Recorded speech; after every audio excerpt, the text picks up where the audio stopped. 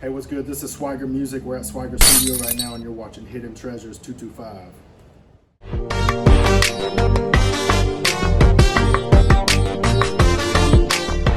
Man, I promise to y'all, this man right here, I'm telling y'all, he probably the face of Baton Rouge sound. If not the face, one of the face. He top 5 for sure. What's him? Swagger Studio. Yes, sir. We're at Swiger Studio. I appreciate you saying that too. Yes, sir. I appreciate the kind words. Hell yeah, we're at Swiger Studio. I go by Swiger Music. Joseph Swiger. Good to see y'all. Man, it's so beautiful for you to have me in your establishment. I appreciate you coming through, dude. You've seen us work a lot too. You've been with Money Thirsty J and come through, so you see the process we kind of go through here too with artists. You know what I mean? Man, so you got a 3-time certified 100 BillBoard, right? Yes, sir. Top 100 BillBoard album plaques. Yes, sir. And this from the artists that everybody loved. 2 of the artists everybody loved. Can you say who them songs was? Yeah, 2 of probably the most successful out the last 10 years in Baton Rouge. You got Fredo Bang obviously doing his thing, and NBA YoungBoy also. Did y'all hit him? Say that one more time for him. Fredo Bang, 2-time BillBoard plaques, and then we have 1 as a production credit with NBA YoungBoy. Man, that's beautiful, bro. And you done worked with more people than just that. I seen you done work with Lil Papa. Hell yeah. You done worked with Boosie, Rob 49 here in the studio. Seti Hendrix I've worked with in Houston. Like you said, Lil Papa, Big Boogie with BBAJ's hit last year with Mack Truck. Yeah, we're doing our thing in Baton Rouge, and we get a lot of traffic here, so I'm just trying to capitalize off all that. How long you been engineering? I've been engineering since I got to Baton Rouge and LSU. I came to LSU 2014, and I made beats a couple years prior in high school and stuff, but once I got to college at LSU, I made beats and then started engineering to kind of piece it all together, be able to get artists on my beats and be able to do everything. I even DJ'd back in the day, still able to, I just don't, but so I wanted to be able to be like a triple threat and really make things happen, not just send beats to artists. That's how it happened. Probably, whatever year it is, I probably started like 2015, 2016. So in your words, what's the difference between engineering somebody, a client, and actual producing them?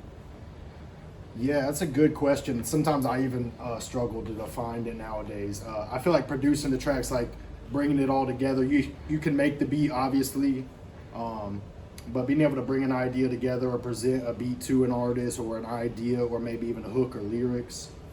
And beat making, you could just be a beat maker and make beats or just record someone and not give your input as much. But I feel like a producer can somewhat do it all and just make an idea either come to life or happen from scratch, basically. So is there such thing in your words as a super producer?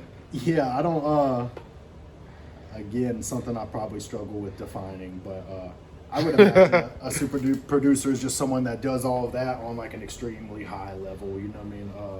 I would say Hardbody BZ is, Fredo's producer engineer is like a super producer. You got he done gave some names. You have, like Khaled, probably like a super producer, someone that's like proven and can, say I've done everything and can do everything.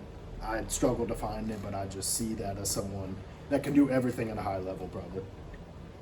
That do everything at a high level. Everything sound-wise or whatever in their field at a high level. I guess so. So we talked about this off camera several times. We know Pro Tools is industry standard. Do you use Pro Tools? I don't use Pro Tools. That's a good question. I use Ableton Live Suite personally for making beats and recording artists. And why is that? If Pro Tools being industry standard and you done said that you had some big names stop by and holler at you. It's just what I started on and what worked for me in college. I just used it in college. I had friends around me that used it in college that were somewhat in like the electronic music scene. And so I was already making beats in it, and then learned from a couple close friends that I could basically record in it also, and it was accepted for that kind of stuff, and it was a high level program. So I just stuck with it because it made sense for me. But I feel like there's a lot of different options out there. I know people that record on Cubase and Reason, even FL nowadays, which is crazy, but it's whatever works for you. I think Pro Tools is a great program for recording people, and I think it is the industry standard, but I don't think people need to get too caught up in that kind of stuff. And I like the way you said that, because I really do feel like it's about the DAW and the person who really actually know how to use the DAW at the best of their ability. Absolutely. And nowadays it's a lot of plugins and stuff when it comes to recording. It's a lot of third-party stuff, so as long as you work in the same foundation or the same mic or preamp and stuff like that, your shit's gonna be pretty consistent, throughout. So what's something that irks your skin that a client has done if they was to come record with Swiger, so the next person, up and coming artist, know not to do? Something that irks me with maybe new artists coming to record with me, I can work around it. I think being coachable is huge. Not having a huge ego and being coachable. Ooh, that's big. I can tell people, come with your song prepared and don't freestyle, but that's how the game is nowadays. I don't mind punching you, and you're paying for my time. I don't care if a song takes 2.5 hours for you to punch in. I really don't. As long as I really don't. A pleasure to work with and kind of respectful, and like we can work like that, I really don't care. Yeah, being coachable and not feeling like you know everything probably when being able to take criticism or me telling you how to, I would do something instead, something like that. Not taking advice to like techniques when it comes to recording, probably that's big. If you can give advice to an up and coming engineer / producer, what would it be? If I could give advice to a young engineer / producer, well, that's one thing. Like producers, just like, and I've said this before, just maybe learning how to engineer and record and stuff like that. Collab more is what I've learned the last couple of years. Collaborate more, and that might mean collaborating with your homeboy that stays with you or something, but I more mean collaborate with people across the country and across the world and loop makers and all that kind of stuff. I had to learn that nowadays the industry is a lot about collaboration and teamwork, even when it comes to getting records placed or what kind of connections you have. Like they're working. Right. So, and that's what I've been working with. When you get in them rooms, you can't be scared to talk. Exactly. You never know who you in the room with, though. That's true. And most of the people that are work the most are speaking the least, so you kind of just got to feel it out. And no, that's facts, though. That's facts, though. The people that work the most, they speak the least. That's facts. I think that's what I might name this interview.